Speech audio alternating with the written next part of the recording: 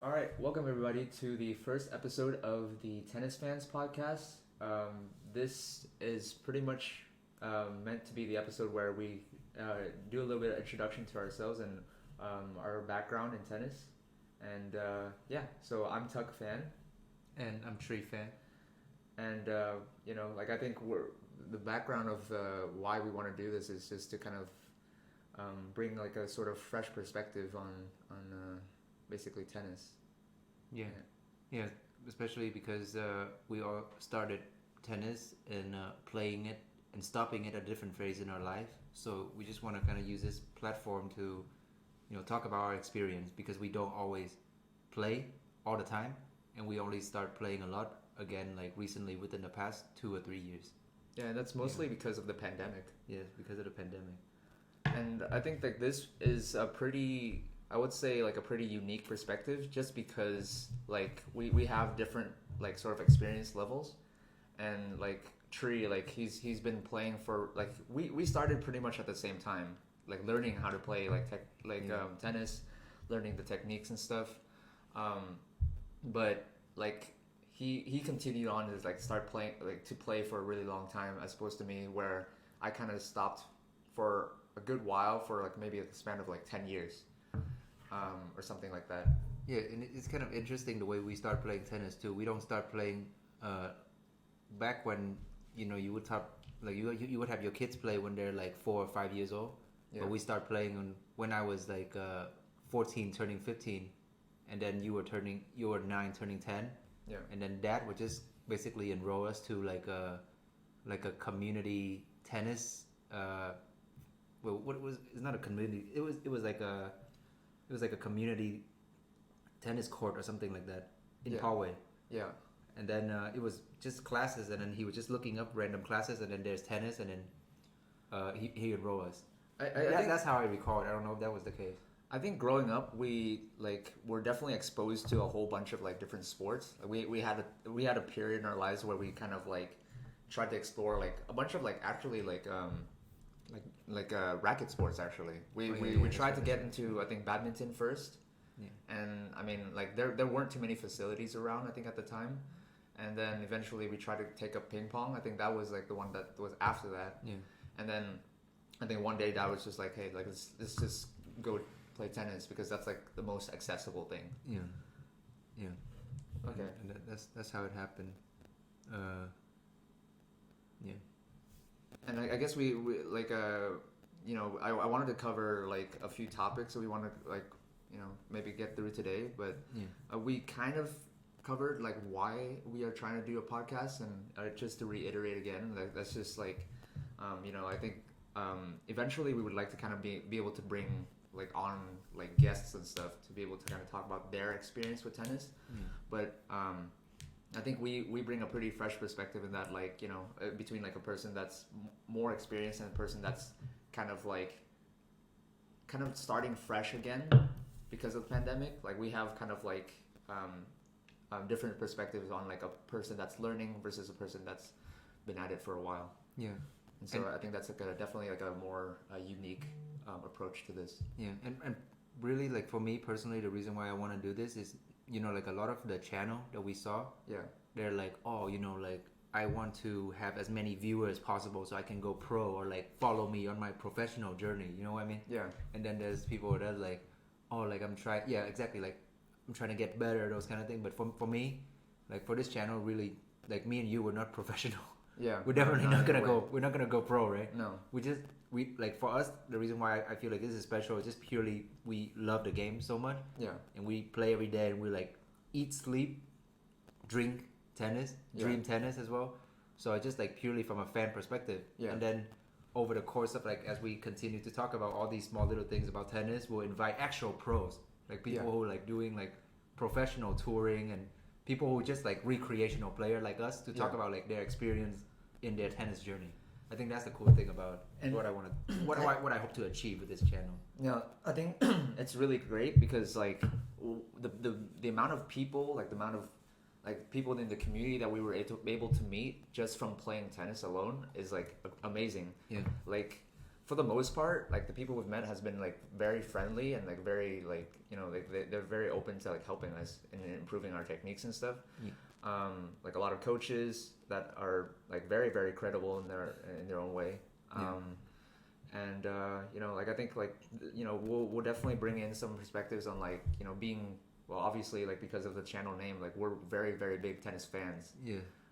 And so like we have done a lot of like cool things that we'll probably bring and show like later on, but I think that's kind of mainly the reason we wanted to start this podcast is like bringing like fresh perspectives on like we're not trying to be professional players. Yeah. We're just trying like people recreational players that's trying to improve ourselves every day. Yeah, I agree.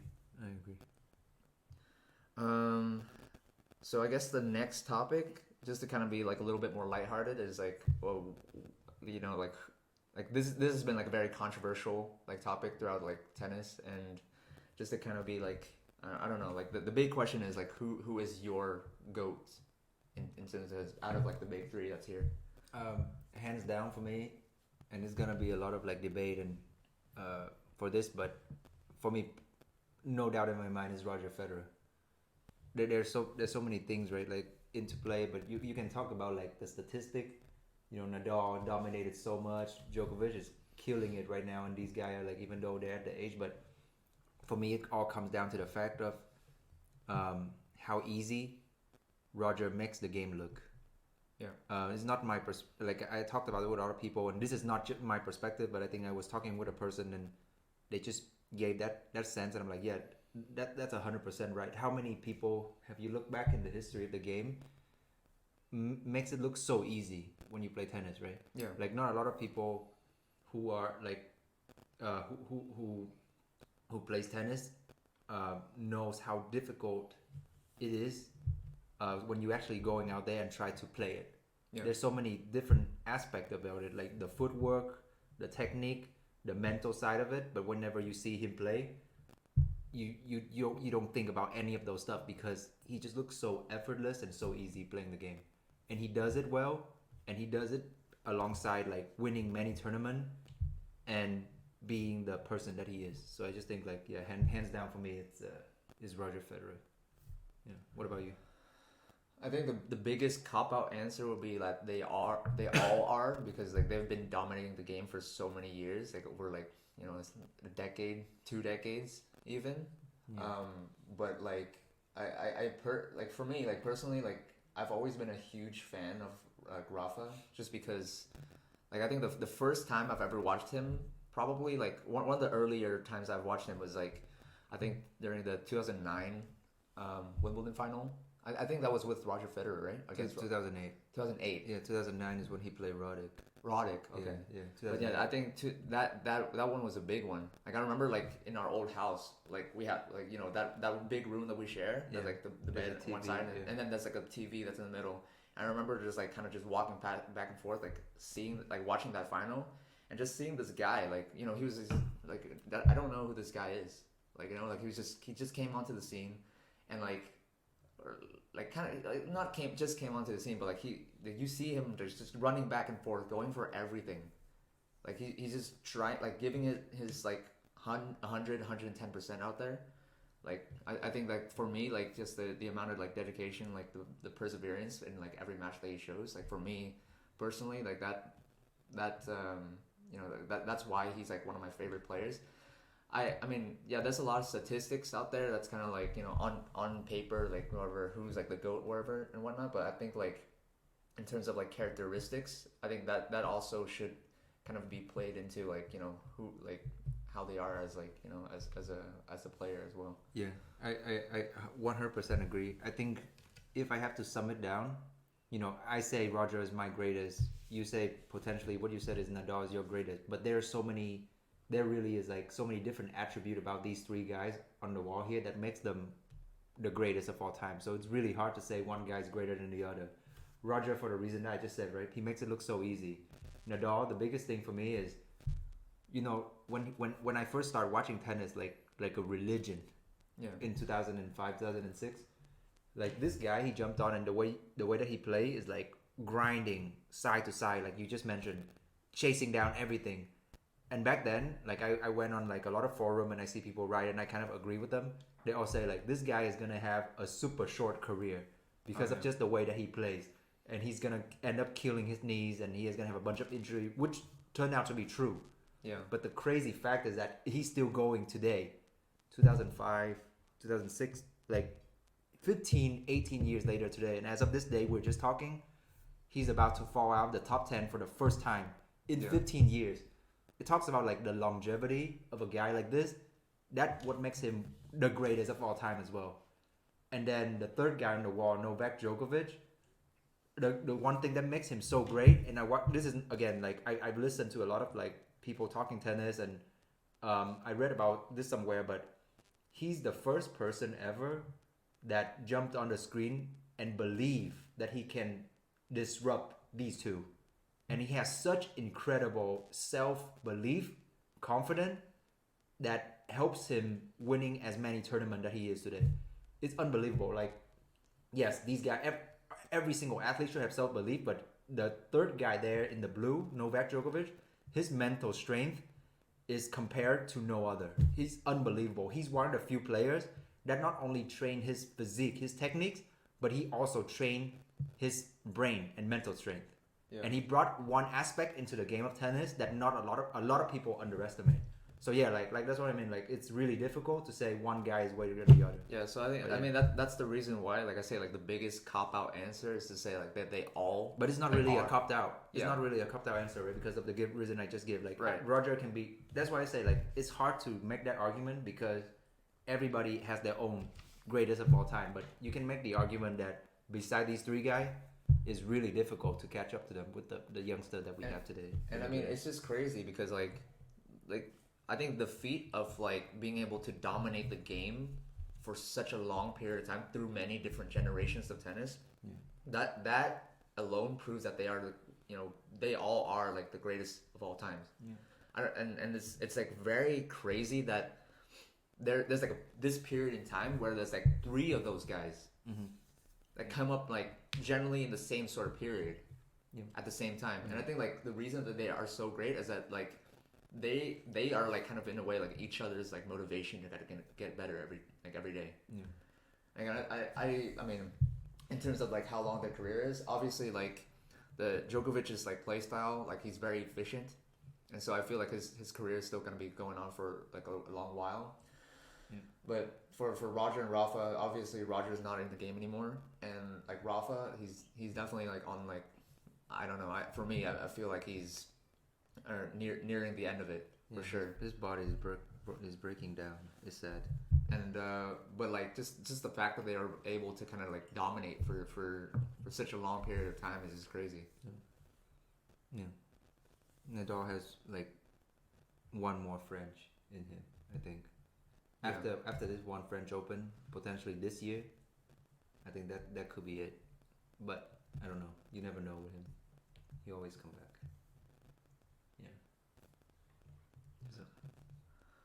Okay. Well, I mean, I guess now we can kind of get into like something that's like a little bit more maybe technical in a way, because like I was just thinking about maybe we can share a little bit of like what we normally like to play with on the court, like rackets, maybe gears or something like that. You can start first if you like. But yeah. So I use a Wilson Pro Staff mid-size 85. No, I don't. This is I have a lot of rackets. I like to be. I would call myself a rackaholic. Yeah. I like to tinker around with rackets. I have a lot in my collection. This is one of my personal favorite, the classic Pro Staff 85. But I play with a like right now my main racket is the Wilson Steam 100. Well, this is a paint job of a Wilson Blade V8, but underneath is a Wilson Steam 100. It's extended version 27.25. It uses by a lot of like the WTA. The WTA player. I mean, really you can kind of talk about like even like where you found like, because I know like you just kind of happened to stumble upon like like a forum talking about like like showing that maybe Emma Raducanu or something like that. Yeah. Showing that they like these part of the grommets. Oh yeah, yeah. So like I do a lot of like tennis reading and everything like that. I don't post a lot. Wait, am I allowed to say the name of the forum? I mean, you can just keep it out and just say like Yeah. So like there's this really famous tennis forum, right? Like that they talk about all kinds of things, and I went on there quite a lot doing my own research. And one of the rackets that is very popular nowadays is the Wilson Steam 100. It comes out in 2012. It has like a minor extended length, so it's not 27.5 typically. It's 27.25, so 1/4, and it's like 100 square in head size. And Emma Raducanu, she's infamously win the U.S. Open in 2021 using that racket. So I was curious about it, do a lot of reading, and then I went on like a very famous auction site, found it, and I bought it, and I play with it, and I really enjoy playing with it. Although right now I'm tinkering with a different racket, the Radical, and I kind of enjoy playing with that one as well. But over the last 6-7 months or so, I would say, or I'm sorry, a year or so, I would say this is my go-to racket. Yeah, and I play. I string with the Luxilon 4G, 16 gauge. Feels pretty good. So yeah, I really like it. Yeah. Like I think that's like interesting because like I don't think that's like really. I mean, I guess now it's like a little bit more transparent, but before, like, I don't think people really talk about like how there's like the pro players, they don't really switch rackets every year. Yeah. Like as opposed to like maybe recreational players, like we see the newest and latest and greatest things, and we go out buy off the shelf. Yeah, that's a good point. I guess it's a good time to talk about those kind of things too. Is like unless you're like a super nerd like myself, like tennis nerd. Wait, but yeah, no, wait, that kind of what is that? Yeah, but it's not. I'm not saying tennis nerd the channel guy. Yeah, I'm saying like a tennis nerd like myself. Yeah, so like I read a lot about that. So they have this thing like this start all the way back. It's not something nowadays, right? But it start all the way back in like the 1990s, early 2000. I would say early 2000 is when it becomes serious because that's when a lot of people start noticing. That's when like the media becoming. You see people player like taking pictures side. That's where people start noticing like, hey, there's no way like Agassi is using the latest and greatest model because of all the back then there's a racket called like Flex Point and head liquid metal and head flex point. People start. Is seeing that the one the little ridges, right? Yeah, the little ridges, and then that's when I start reading about that a lot, and people were like, oh, those are called paint job. Yeah. So it went through very seriously. That when people start noticing these trends, I think they took it. I don't think they took it to court. I think they may have like raised it with the company or something, and then the company start noticing like, oh shoot, like people are noticing this. So now whenever you go into like when they release a new racket and they like show the face of the player on it, yeah, they have a disclaimer. They not really disclaimer, but the word is endorsing. Oh, right. Endorsing doesn't mean that you're using it, but you're endorsing it. Right. So if you're like Emma Raducanu using a Steam 100 underneath a blade, she would say, "Oh, I endorse the blade," but she doesn't really use it. It's a paint job underneath. Right. It makes kind of sense now because like as a professional, if you're successful with one racket, it's very rarely, unless you're like Roger, where you change to a different racket in 2014 or 2013. You're not gonna like switch racket all the time, otherwise screw up your game. Right. So that's why there's this thing now, like the term that a lot of people uses now is like paint job and stuff like that. And then there are people who are like on the tennis forum, the infamous tennis forum, that are like really into these kind of stuff, and they know like the pro code behind all these rackets. Yeah. Like for example, like Head, they have like these PT, TGT, TJK, and all that kind of stuff. There's these guys on that forum that actually like works for those. Not I don't know if it works for those company, but they're like stringer. They have all these kind of connection with like Head, Wilson, and they know all this kind of stuff inside out. Right. So yeah, it's a very big thing nowadays. And not big thing. It's kind of like becoming like a normal thing now. You don't really expect the player to say the player face on the racket, and you're like, oh, yeah, Taylor Fritz uses that racket. No, I think it's definitely like an interesting way to market like new products and stuff. Like I remember like even back then like being like a huge fan of Rafa, like you see like the latest and greatest thing like I think with the 2007 Aero Pro Drive. Yeah. When they first came out with the little Cortex system. Yeah. That's right. Like, and then you eventually you realize like the racket that he actually used, it's just painted on. Yeah, Like, he doesn't really have the like, even till this day he still uses the same Aero Pro Drive from 2004. Yeah, from 2004, exactly. So it's like a classic racket. Like everybody now they're like, oh my god, like this is like I need to get the Rafa edition Pure Aero. I need to get the newest like 2023 like the new one that's like the cotton candy color. But it's a totally different construction, I think. Yeah. Because like I mean I don't know how similar it is, but I played with the 2004 Aero Pro Drive Plus for a good while, and like switching to now, which what I'm playing with now is like a Pure Aero 98, the new 2023 version, and it's like like I guess the Pure Aero line has always been like 100 square inch head size. But this is kind of like their special line, like Alcaraz and Holger Rune uses this one, and it's a 98 square inch head size. Yeah, like I mean, I just think it's interesting. Like they're kind of marketing like the Pure Aero like Rafa edition, but like it feels completely different. I feel like because like of the newer technologies that's in it. But I think what people don't really know is that like Rafa has been using that same racket from 2004 for a while. Yeah. Although like it may be a little bit different here and there, just to kind of adjust to his play styles over time.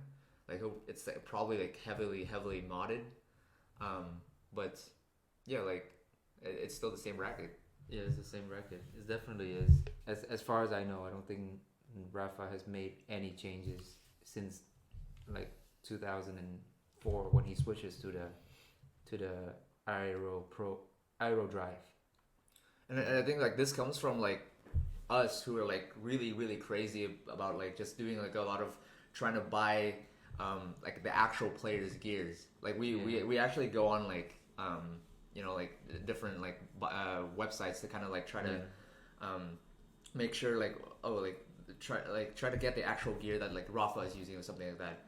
And like what we found out over time, just kind of doing the research, is that like they have very customized stuff. Obviously, like players exclusive stuff. Yeah.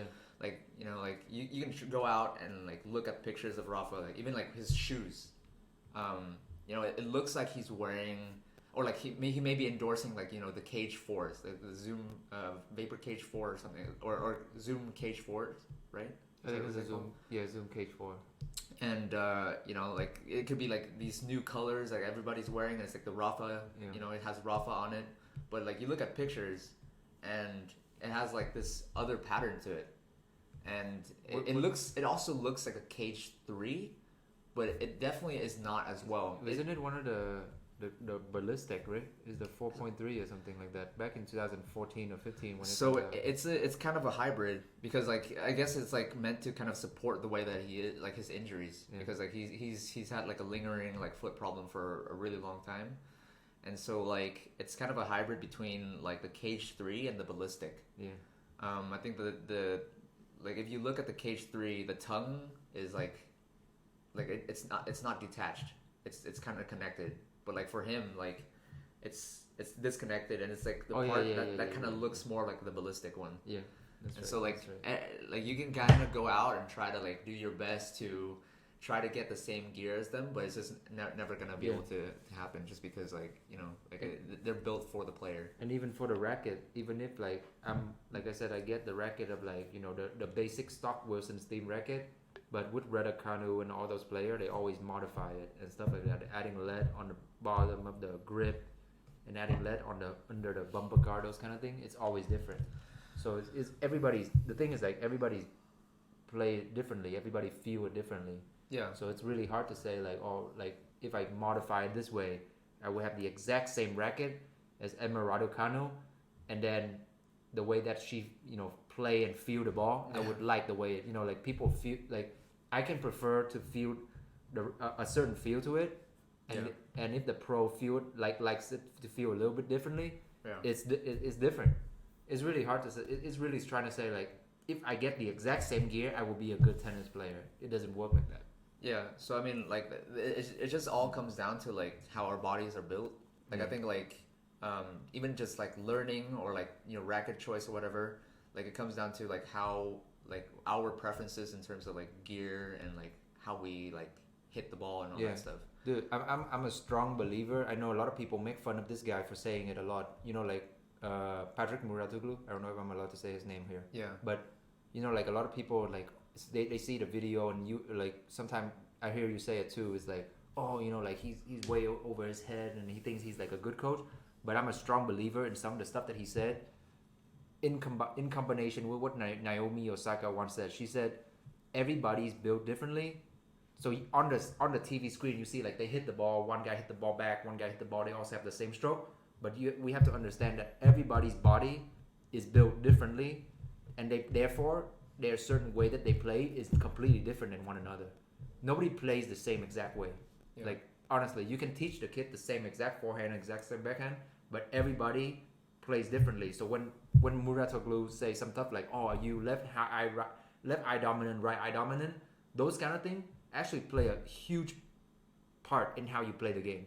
Yeah. And how you prefer like a closed stand forehand or an open stand forehand. Yeah. It's a huge and I think like if there's one advice I can give people that want like, you know, play tennis and things like that, like understand your body.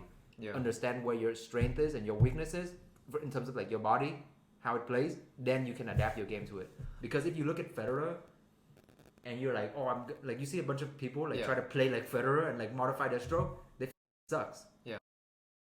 Sorry. Okay, it's fine. But like because they can't like he played with the way that his body is built out to be. So there's this guy, you know, Pete Sampras. Yeah. There's this guy named Rajeev Ram. Yeah. You heard it in like the double guy, right? Doubles. Yeah. Play like he modded like and not a knock on him. Like it's not his fault. Like I may have heard like Sampras. He said that Sampras is idol or something, and he didn't have a lot of lesson, but he like grew up watching Sampras. Yeah. So he ended up like modifying his play style. I don't want to make this podcast about techniques. Yeah. Sorry, am I going? No, that's fine. No, like he literally like modify his play style exactly like Sampras. Yeah. Literally, like if you look at the both of them play, have you ever watched Rajeev Fran play? I mean, I've seen some matches here and there. Serve, forehand. I think he also had like one hand backhand as well. Like I think very similar. I think what's interesting is like it also looks like in a way like he tries to make it look effortless as well. Yes, exactly. But look, does he have the same success as Pete Sampras? No, dude. It's all come down to how your body is built. Yeah.